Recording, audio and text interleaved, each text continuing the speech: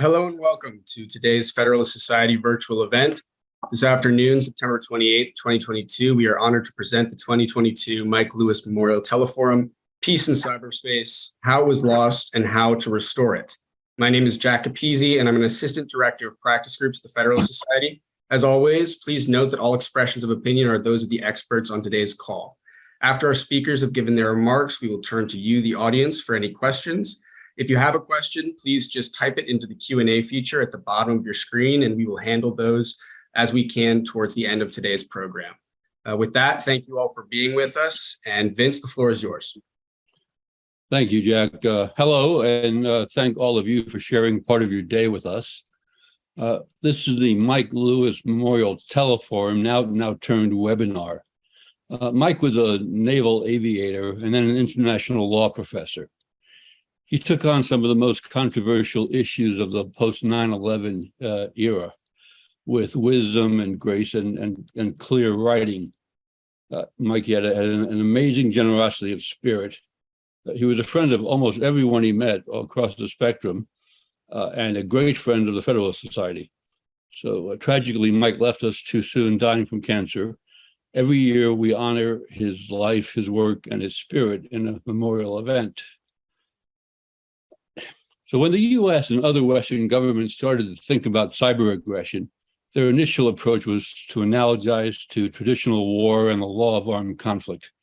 Back in 2012, one of the first principles the US stated was that if a cyber attack had the same effect as a kinetic effect, one with bullets and bombs, breaking things and hurting people, it would be considered a use of force under the UN Charter. Now, under US doctrine, that would trigger a right of self-defense, including cyber and kinetic responses. NATO took a similar approach. It energetically analyzed how cyber attacks might be treated under the law of armed conflict. A group of academics have spent years drafting and refining something called the Talon Manual on International Law applicable to cyber warfare.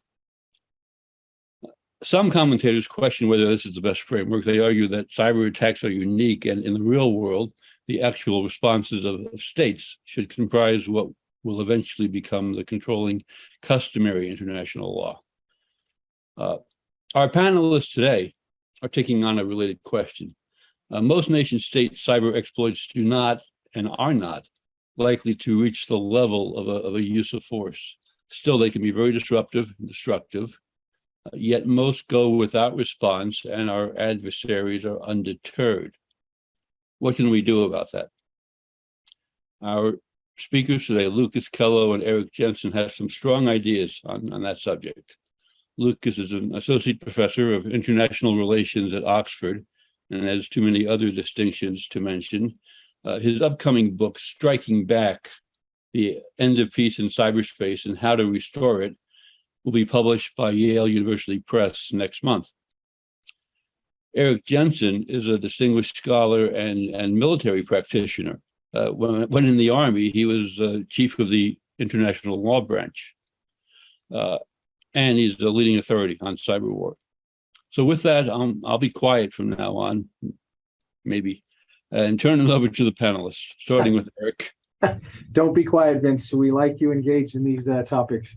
And Vince, thanks for inviting me to be here. It's a great honor to be here, particularly in this webinar honoring Mike Lewis. He was a great friend and colleague to me, so I'm grateful to have this chance to honor him.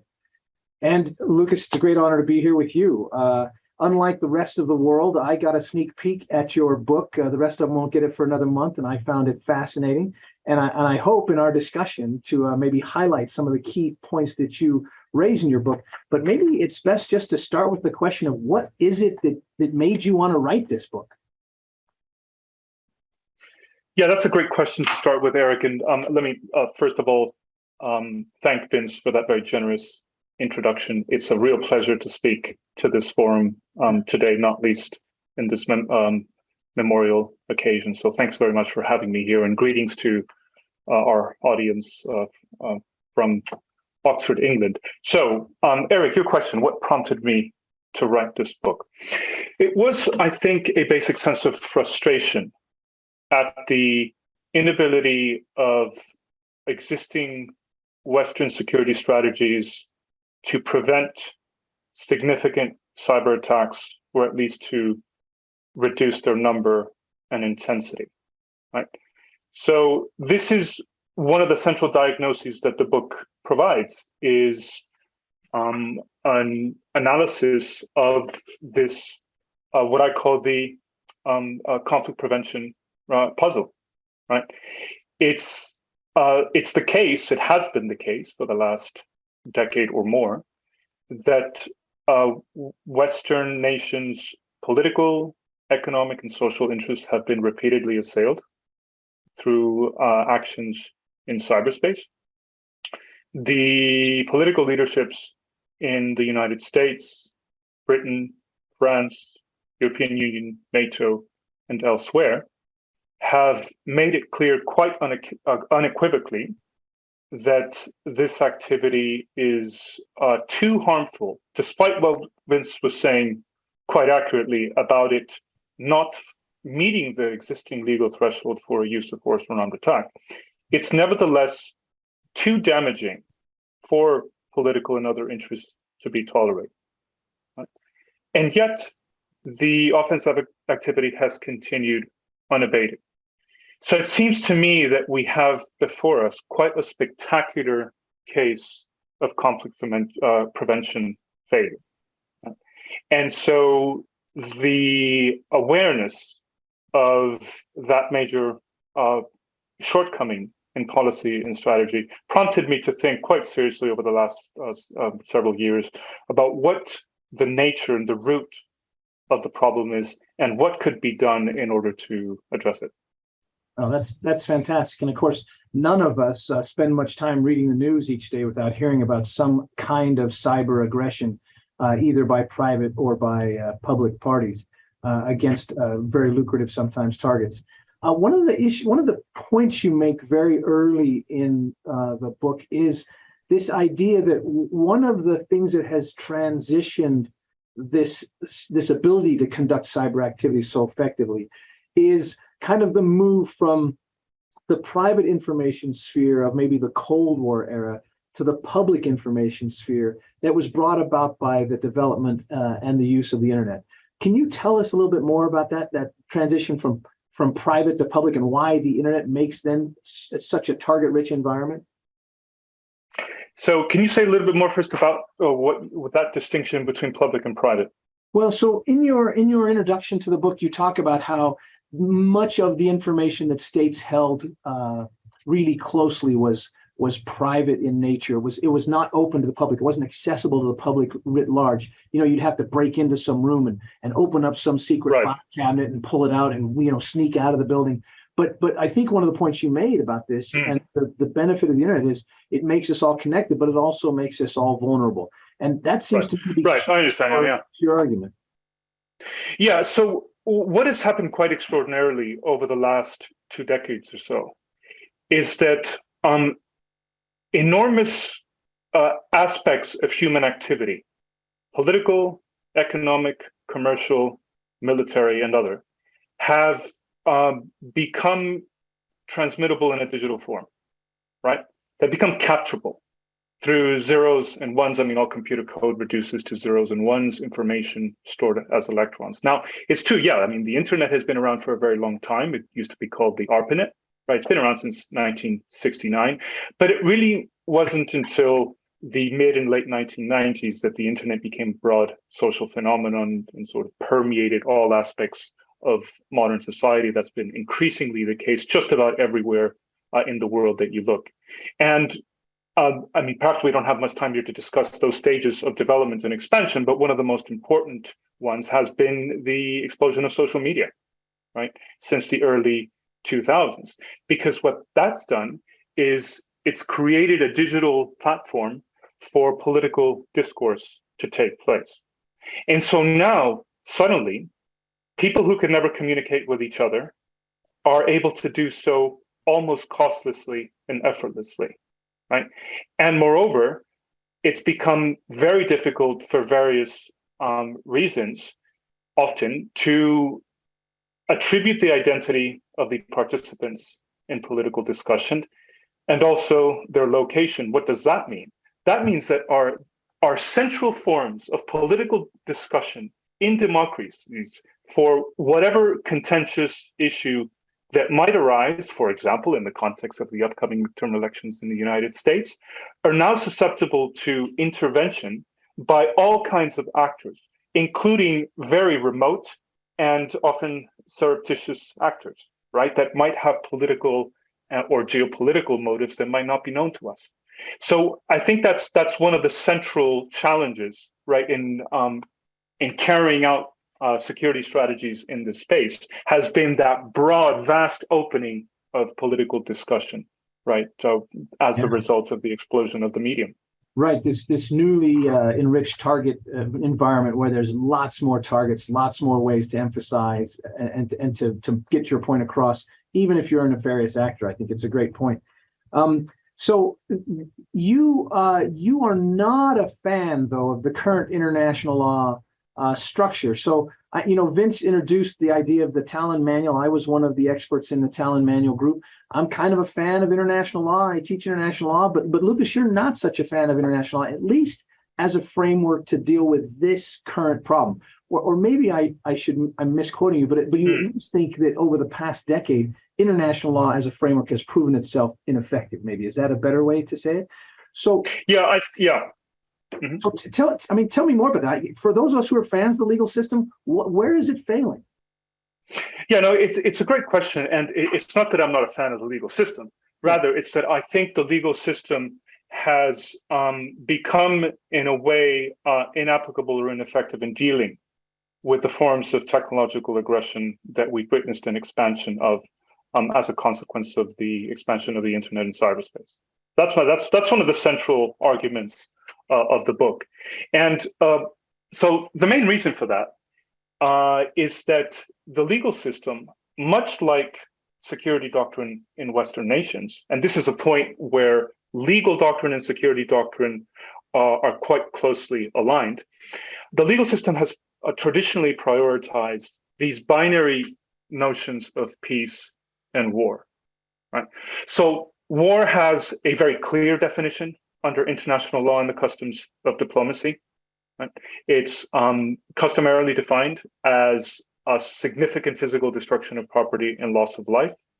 And international law currently supplies two related notions to capture that kind of activity: armed attack and use of force.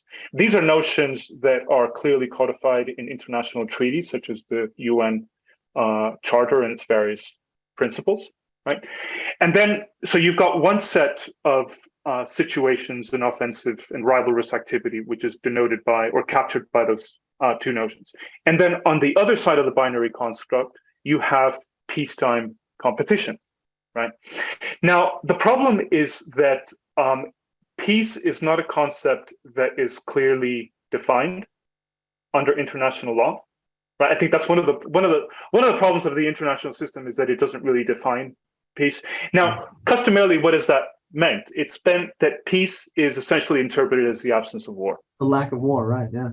The lack of war. And you've had political thinkers going all the way back, at least to Thomas Hobbes, for example, who indeed described life in the international jungle as a state of war, not because he meant that war always happens, but rather because even when there isn't a situation of war, it can at any time break out. Like that's one of the basic realities of the anarchic international system, right? So he and other political thinkers have described the world in which international affairs alternates between a situation in which war is switched on and war is switched off. So again, reflective of this binary construction, right, that the international system conveys. Right. Here's the problem, though, Eric. Go ahead. The problem is that what we have seen is, by way of the expansion of new technologies, we've seen the expansion of the middle of the spectrum of conflict. This is a term that I coined in my last book, The Virtual Weapon in International Order, which was published in 2017. And the term is unpeace. What do I mean by that? I mean mid-spectrum activity that is not physically violent or fatal, and therefore isn't warlike, but that is too damaging to political, social, and economic interests to be treated as tolerable peacetime activity, right? And after all, the legal system allows all kinds of economic and other forms of competition to take place within peacetime, right? Things like economic sanctions, right? But now what these technologies have made possible is, as I was indicating earlier, is direct intervention within democratic context in order to disrupt elections, right? To sow political and social divisions, to paralyze even the small economy and financial infrastructures of a small nation, like as we saw in the distributed denial of service attacks against Estonia in 2007, which was, by the way, the world's very first international cyber crisis, right? And the problem, Eric, is that the legal system says very little about that middle of the spectrum, right? So it says a lot about how nations can react under the principle, for example, of self-defense within the UN Charter to acts of armed attack or use of force. The domestic penal codes say a lot about what can be done within national jurisdictions to penalize criminal activity, things like financial fraud, right, or hacking into crypto asset exchanges, right? This is activity that is not deemed under international law to be warlike, and that is quite clearly penalized within most domestic penal codes in the world. The problem, of course, is that if the perpetrators reside in a foreign jurisdiction and live under the protection of a foreign state, right, whose interests and purposes they serve, then the domestic criminal code doesn't really help you out.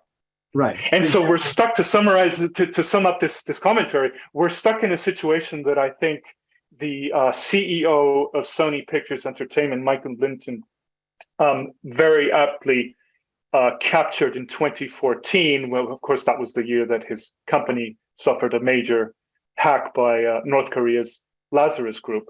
And he said, look, if you are a CEO or a decision maker, and you find yourself in this situation that I have described as unpeace, then his words, there is no playbook. Right? There's no clear playbook within the legal and normative system that prescribes clear actions for how to respond. And I think that is the essence of the problem that strategists face today. Right. So I think you hear strategists talking about this idea of great power competition, and that may be the way they would deal with the jungle as such of international community relations. But your point is that even in great power competition, the only legal paradigms are either the peace paradigm or the war paradigm, right? And so that as you ratchet closer and closer to that war paradigm, the legal regime doesn't necessarily change sufficiently to give you enough responses, right? Now, some might say, sympathizers to international law might say to you, Lucas, look, a lot of what goes on, though, cyber stuff is really just espionage. It may be espionage by a different vehicle. It may be happening over the internet. I get that, but it's really still just espionage. And espionage has been going on for, ever since the world was. And there is law to do with espionage. It's some of the things you mentioned, sanctions, et cetera, diplomatic demarches, that kind of stuff, throwing diplomats out of countries. Why is that? Why is that paradigm that has worked for millennia no longer sufficient? Another very good question. Analysts have grappled with it recently. It's a question that I also diagnose in the book. So I think that the conventional logic of espionage doesn't adequately capture the problem before us. And that has to do with the ways in which cyberspace and the internet have radically, I think, fundamentally altered the very nature of espionage. Think about how espionage traditionally worked. You broke into the information space, analog information space of an adversary. You seized whatever prized military, industrial, or diplomatic secret that you were after. And you very quietly, right, took it home and used it for whatever purpose it was useful for. And the whole idea was the secrecy behind it, of your whole intrusion, right? Because, I mean, if once it became known that that the information was compromised, or once the secrets are shared too widely, well, you get into the classic intelligence equities problem, and the stolen information that you have has lost value. Cyberspace and the internet have radically changed that. We saw that in 2016 very plainly in the context of the very contentious presidential election in the United States, right? So I'm referring here to the hack by the Russian GRU, which is a military unit of the Democratic Party leadership's email records, right? So if you recall that election, there were two quite a contentious contest within the Democratic Party for the party's nomination, right? We had Bernie Sanders and Hillary Clinton. There was suspicion within the Democratic Party that the leadership was secretly favoring Clinton over Sanders. And what the Russians very, very ably did was they released 3 days before the Democratic Party convention a trove of stolen emails of the DNC, proving, in fact, those suspicions correct. Now, it's unprovable. We'll never be able to know whether a sufficient number of disgruntled Bernie Sanders supporters did not show up on November 3rd of that year to vote for Hillary Clinton, and therefore that's why Trump won that election. We can't prove that. But let's recall that that was a very close election in the Electoral College. In some of the swing states, right, the election was lost by only a few tens of thousands of votes. So I think it's open to legitimate question. It's plausible that had the Russians not carried out that leak, right, of the emails, that Hillary Clinton could have won. Now, this, I think, takes us right back to the changing nature of espionage, because what we saw there, right, that's what the Russians call a Compromat Operation. And what we saw there was a very different kind of espionage than the one that we see in the conventional world, right? We saw that the Russians seized this private and politically sensitive information, and instead of closely guarding those secrets, they publicly released them at a time, in a moment that was calculated to cause maximum political impact in an adversary's political system. And that was exactly the point, to make a public spectacle of stolen information, which is why I think that the conventional logic of espionage doesn't take us far, because it doesn't really capture this new phenomenon. Okay, so I want to come back to that example and maybe ask you what you think the correct responses might have been by the United States that they didn't do. But before you do that, I want to just read one quote about UNPEACE from your book, because I again, this idea of UNPEACE I think is really intriguing. You say, quote, "UNPEACE has become a more relevant force of change in international politics than war itself." That's a pretty strong statement. "Nations can use cyberspace to achieve some of the political and strategic objectives of war, interfering with another nation's governmental institutions, disrupting its economy or financial system," some of the things you mentioned before, "seizing its military and financial assets, crippling its public administration and communications infrastructure, disrupting its civilian power supply, and so on, all without firing a shot." I just want to note, again, I want to come back to UNPEACE, but I just want to note that UNPEACE doesn't just, or the situation of cyber doesn't just give that power to states, but it gives that power to individuals, to transnational criminal organizations, to terrorist organizations. So it's I mean, the difficulty you're highlighting doesn't only apply to Russia hacking the United States. It applies to lots of entities and individuals who, because cyber devolves state-level violence to the individual level, can take some of these actions, right? I mean, isn't that really part of your point here, that we should be worried on a much grander scale? No, absolutely. And I do have, I think, some comments in relation to what you were saying, to the growing significance of what I call UNPEACE within international affairs and geopolitics more broadly, that I think we really should touch upon, especially in light of what's going on in Ukraine with Russia.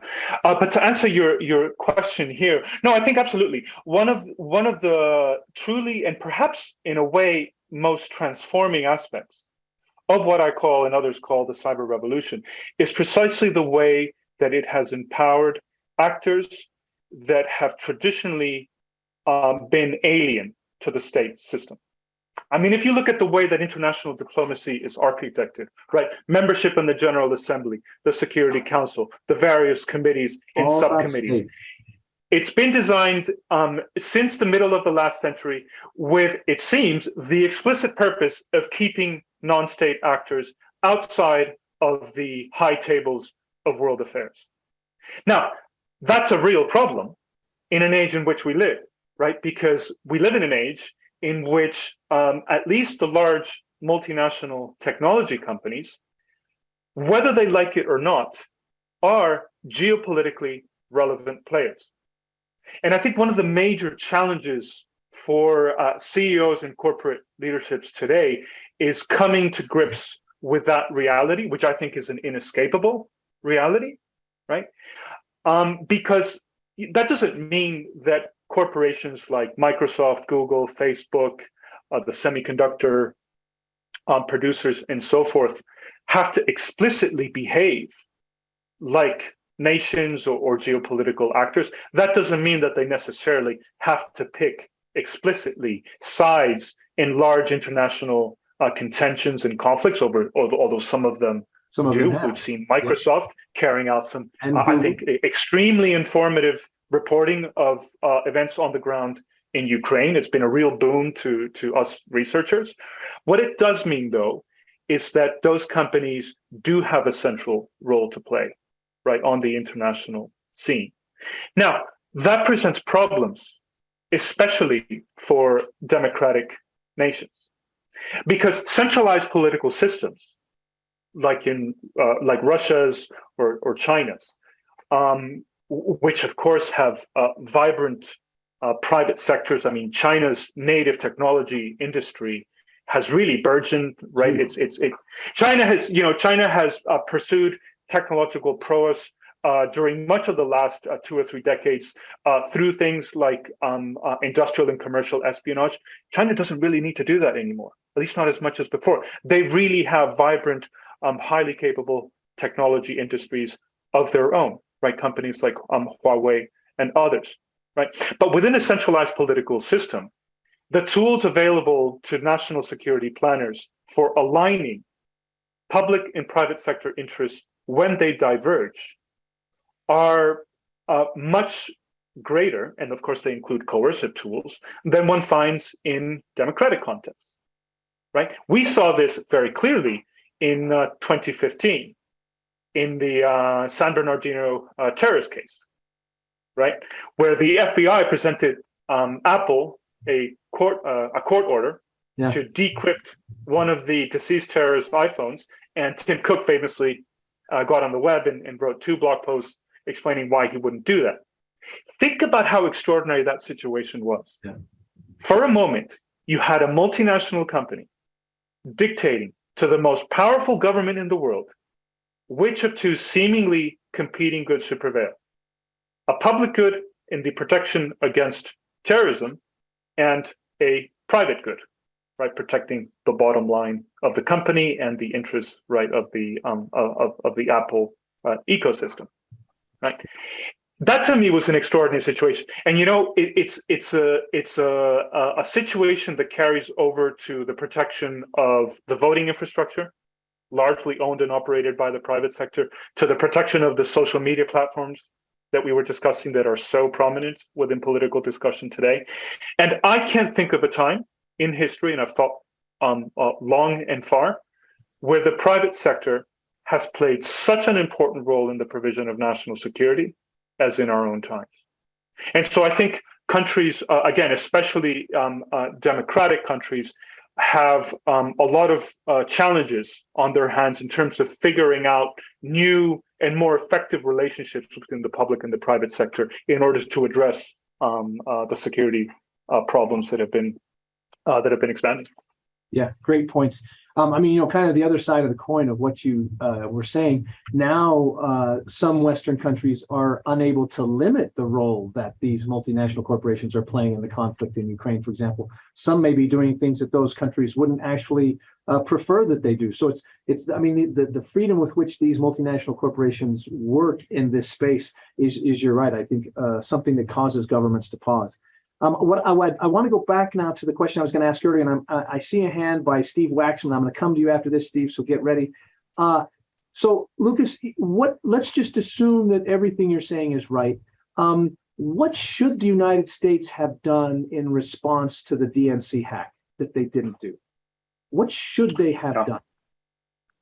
Well, let's begin the diagnosis with a brief analysis of what was done and why that was wrong.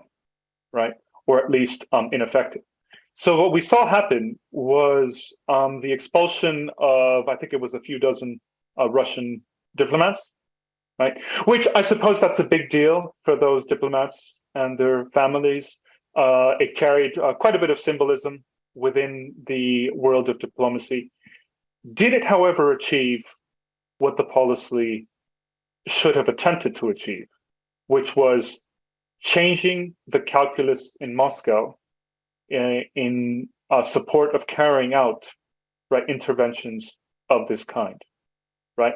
In other words, did it succeed at deterrence? Convincing the other side that the gains to be had from this kind of activity are less than the cost of carrying it out, right? And that cost includes, of course, and perhaps centrally, the imposition of costs through some kind of punishment. And again, so this is where I think the diplomatic expulsions were not credible and unconvincing. And one can understand why it was so difficult, right, for policymakers and decision makers in Washington to figure this out. Because recall, again, this was not a conventional use of force, and yet it was highly damaging. One could argue, I have argued, to the United States political interests, right? And so when you can almost visualize, a meeting of the National Security Council of decision makers, they turn to the international rule book, they turn to their own internal doctrinal rule books, they look for a chapter within those rule books that prescribes a clear and proportionate response to a major political hacking event, and they don't find such a chapter, right? So it creates, I think, a situation of confusion and vagueness. What we also saw was a lot of noise about how these kinds of actions and others like it were against the rules-based international order. And there, again, we have a problem because there is no rules-based international order or consensus when it comes to the interpretation of these actions, right? And again, that's one of the fundamental problems. So what that means prescriptively is that, and this gets more to your question, is that we should perhaps set aside the mantra of law and norms, which I label cyber legalism, because they're not going to be persuasive to regimes that do not share our political values and have a very different interpretation of the applicability of international law and norms in this space. And instead, as I argue in the book, what we should seek to do is affect the material interests of those geopolitical adversaries in order to change that cost calculus. And there are various ways that one can do that, and I spend I dedicate a whole chapter, and others too, in terms of applying it in different contexts. But what I suggest is this: I propose this new doctrine of punctuated deterrence. And I can say a bit more about it here, but you can read all about it in the book. Nice teaser. I do want to get to punctuated deterrence because I found that as a fascinating idea, and maybe we'll coax a little more out of you than you've given us so far. But I see, Steve, your hand is down. Does that mean you're ready to speak, or I misread your hand? If you got a question, Steve, go ahead and unmute and. Yes, can you hear me? We can hear you, Steve. Go ahead. Ask okay. question. My question, Professor, is could we think of today's cyber activity and attacks by groups and even nation states, almost synonymous with previous, like when you think of CIA covert activities in the past, with even up to and including regime change. There aren't any rules on that, so can't cyber hacks and those kind of things be thought of along those lines. Yeah, it's great point, Steve. Great historical reference. Thanks. So, Lucas, what do you think? Yeah, that's a great question, and I began to answer it in my earlier comments about the logic of intelligence gathering, right? Applying the problems of applying it in this space. So I think what I understand to be one of the premises of your question is correct. In other words, this kind of thing, right? Political intrusions into other countries, elections and governments and regimes and so forth, isn't new. It's been happening for a very long time. But what has fundamentally changed is the medium through which that kind of intrusion can happen. Right, and many vastly more opportunities for intrusion are available today. Right, and when you think about the scope of the action that can take place, I mean, because we're talking about everything from, what are the various ways that one could disrupt an election? You could hack into the voter registration systems in order to, for example, corrupt the data of a certain demographic that has been known historically and according to polls to support a particular candidate that you want to see lose, you as a foreign intervener, right? You could hack into the vote counting machines in order to alter directly the tally of the votes. This concern prompted the Dutch authorities, for example, in March of 2017, to count every vote by hand in a national election that they had at the time in that country. Right? You wouldn't even necessarily have to successfully alter or corrupt the data in the registries or in the vote counting. Right? If you simply demonstrate convincingly that a foreign actor has inserted itself into that infrastructure, that in itself could be sufficient in our highly polarized times to lead to all kinds of perceptions of illegitimacy in the outcome. I mean, we're seeing this currently play out in Brazil, right? In the context of the presidential election in that country. A lot of concern about the hackability of the voting infrastructure there, right? And so when I think about that kind of covert and maybe not so covert activity, and I compare it with traditional, say, CIA attempts to intervene in a foreign government, it seems to me that the scope and the scale and the remoteness of the action is not really comparable, and it represents not a different in degree, but rather a different in kind. We are dealing with I think, a fundamentally different kind of espionage activity than we saw previously. Okay, and I might just add that at least ABC reports that despite all of that DNC hacking and everything that led up to it, the only time that President Obama called President Putin was when the FBI told him that they were hacking into voting machines where they could actually change the vote.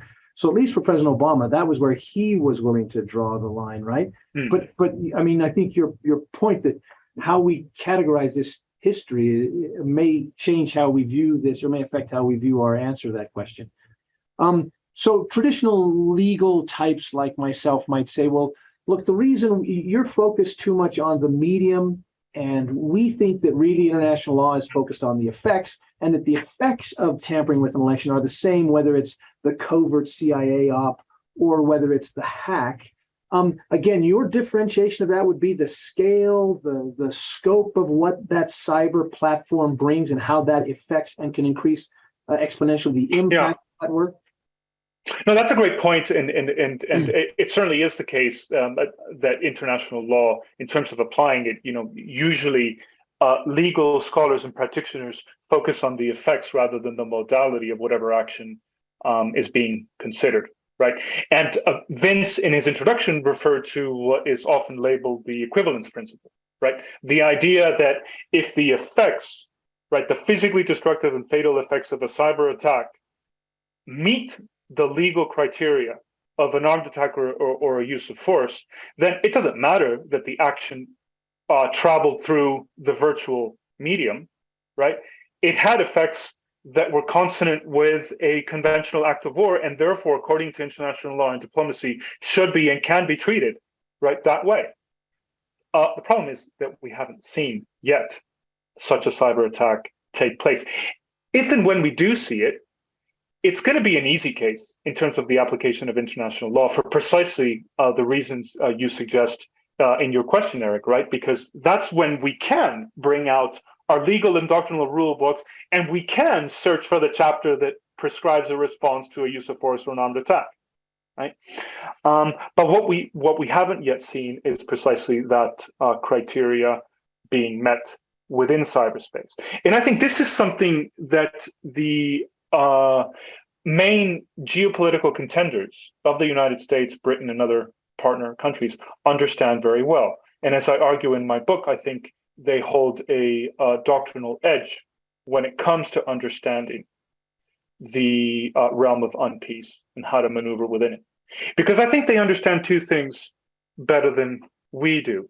First, they understand the growing realm of possible action within this space. I mean, the Russians have been the masters of political subversion through cyberspace. They've shown that repeatedly. They're failing spectacularly on the conventional battlefield in Ukraine, right? But within cyberspace, I think they've been very adept. And they also, secondly, understand, I think better than we do, our own limits. Because they know that no matter how damaging politically or economically their actions are, so long as those consequences don't pass the effects test that you mentioned, we in Western capitals are going to really struggle to come up with a response.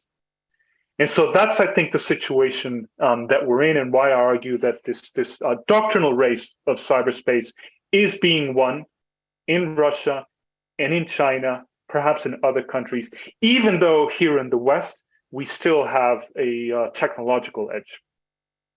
Okay, great. I want to drag you back to punctuated deterrence because I really want to ask you about that. It's such an interesting idea.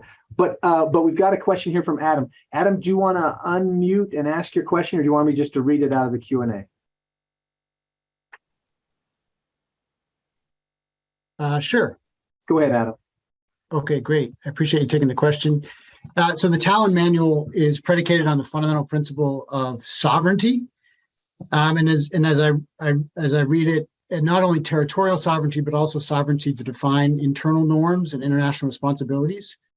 By contrast, classical international law has long had a category for necessary international norms, which sovereigns are not competent to redefine, such as norms against theft and rights to make justified appraisals and limitations on those rights and so forth. So my question is the contemporary embrace of a comprehensive lawmaking sovereignty a problem insofar as it enables states to deny their legal responsibilities for cyber conflict prevention and refuse their consent to rules that would prohibit cyber aggression? Yes. So, Adam, are you an international lawyer? I'm just a law professor. Okay, no. Come on now, Adam. I gathered that a legal mind was at work here in the articulation of that expert question. Let me address this problem of applying the principle of sovereignty in the space, because I think it's hugely problematic. Right? The problem that I see is that when it comes to the principle of sovereignty, the international rulebook also prioritizes the physical over the virtual world. Right?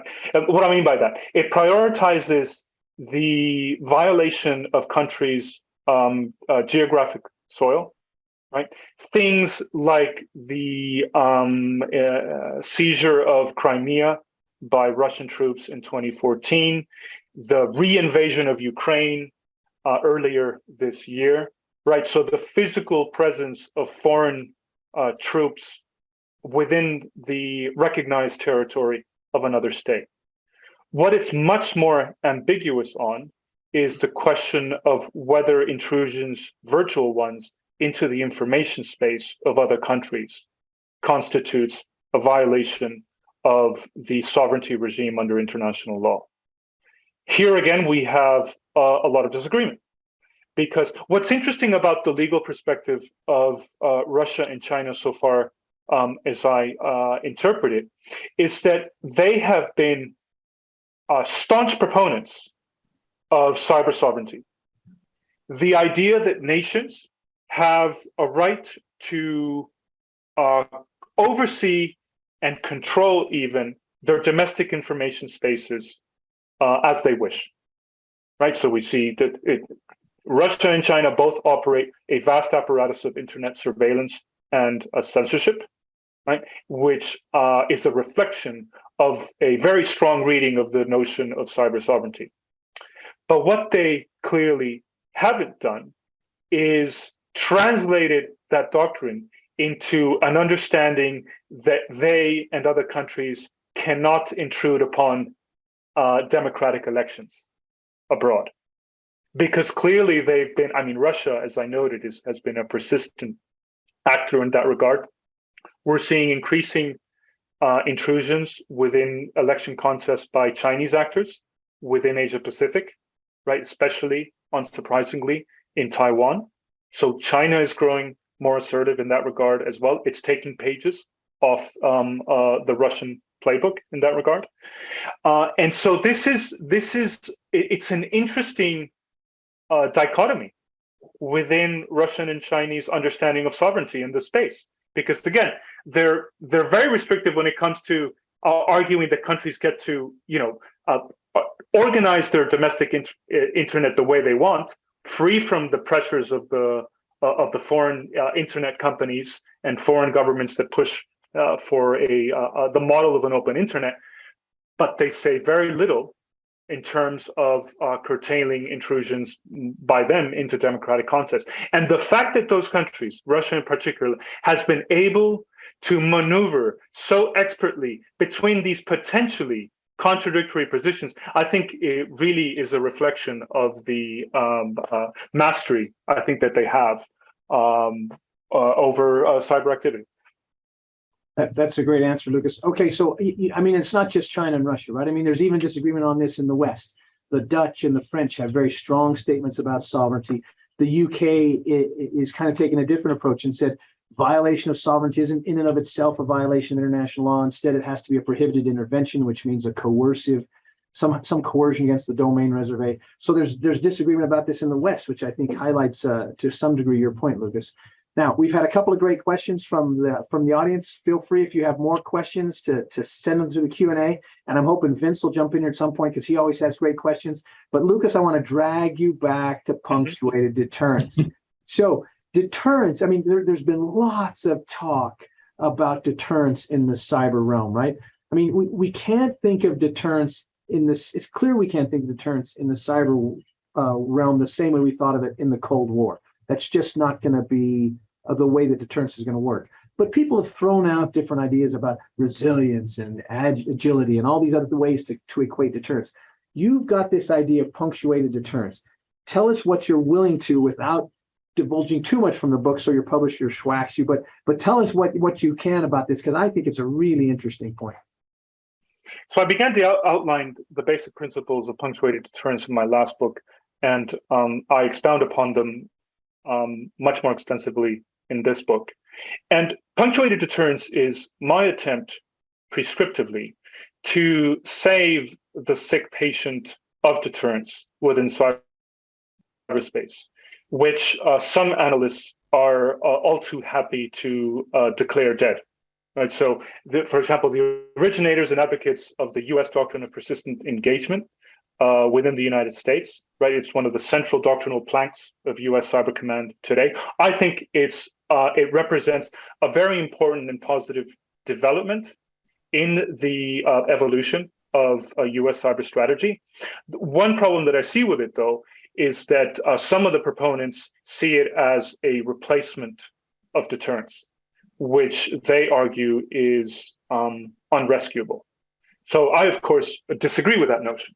And so what I argue in the book is that deterrence in cyberspace can work more effectively, more successfully, if we do two basic things. One is to carry out a sterner and more credible punishment.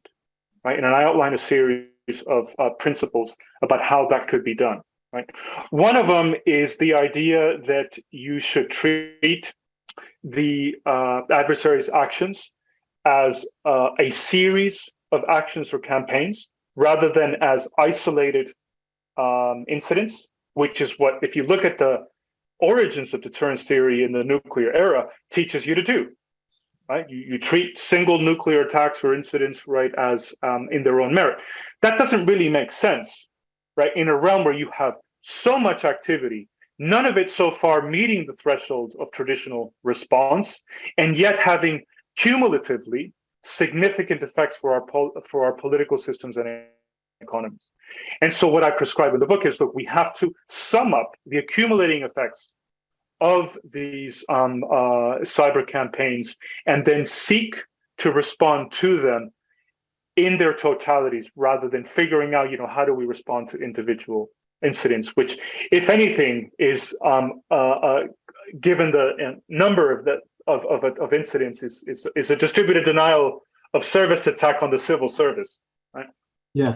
And then I don't have time to get into the details here, but I discuss how countries could try to carry out more effective and more creative issue linkage, right? So linking state behavior within cyberspace to, for example, negotiations for conventional forces framework in Europe, even negotiations over nuclear arms limitations, linking it to economic sanctions. And here I'm referring to what I call broad spectrum economic sanctions, not the kinds of targeted financial penalties that we've seen the Department of Justice issue against specific Russian operatives and organizations, right? I think, recalling my earlier comments about the domestic criminal code, I think those don't have much of a chance of succeeding, right? I also prescribe much greater attention to what I call the virtual integrity of the political system. This is something of a puzzle because we're not used to in the West of thinking about what the Russians and the Chinese call information security, right? In other words, controlling the flow of domestic channels of information, especially over the internet, because we pride ourselves very rightly on the openness of the free exchange of ideas. And so for us, it seems almost reprehensible to our values to think about information security. But what the DNC hack and other similar incidents have shown us is that we have to take information security very seriously and come up with some kind of a regime of response. Okay. Another thing, very briefly, that we could do, which goes beyond a sterner response to affect material interests, is smarter denial. Right? In other words, coming up through the use of new technologies with techniques that decrease the attackers and the intruders' expectations of success. So I devote a whole chapter to the Estonian experiment of data embassies, which is their attempt to create backup cloud services for essential government functions and registries, everything from the land registry to the population registry, tax systems, and so forth. Estonia, of course, is a highly digitized society, and creating backup servers in foreign jurisdictions, hence the label data embassies. So they set up data embassies. They're currently operating in Luxembourg. Other countries have started to think about this too. This, by the way, creates opportunities, very good ones, for the private sector to become involved in that effort. And so the idea is that if you can back up your essential government services and infrastructure in a foreign cloud, that could very well affect the expectation of foreign hackers to successfully interfere in your system. Yeah, great point. I loved your point about the accumulation theory. I mean, it's what Sean Watts calls death by 1,000 cyber pinpricks, right? This is a really classic method of attack. All right, so we've got, I think, time for one more question. This is from Victoria Sutton. If this is the Vicky Sutton, who's my friend, this is going to be a really good question. Are you out there, Victoria Sutton? All right, can you unmute and ask your question? Hi. Hi, yes, I am here. It's my friend. Okay, go ahead and ask a great question. Yes, so until we're able to attribute an attack to a state party, we're never going to get to an international forum for sanctions.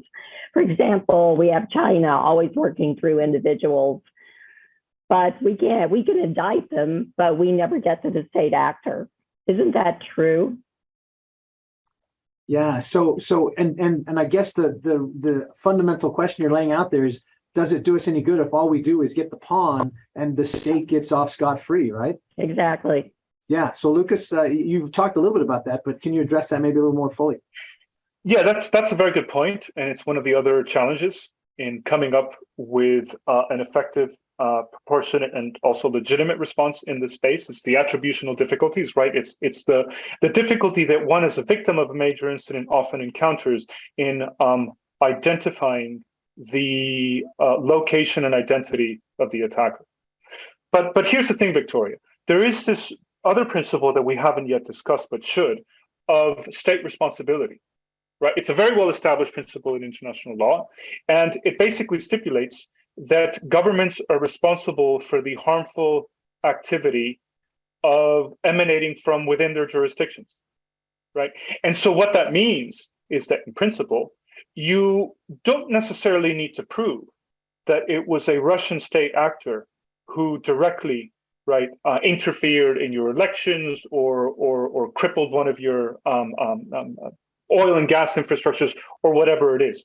It's sufficient merely to prove, if you can do it forensically, that the actors were operating from within the jurisdiction of Russia or whatever country in question, and that the authorities, despite that knowledge, right, which you as the victim country may well present to them, took no action, essentially tolerated it.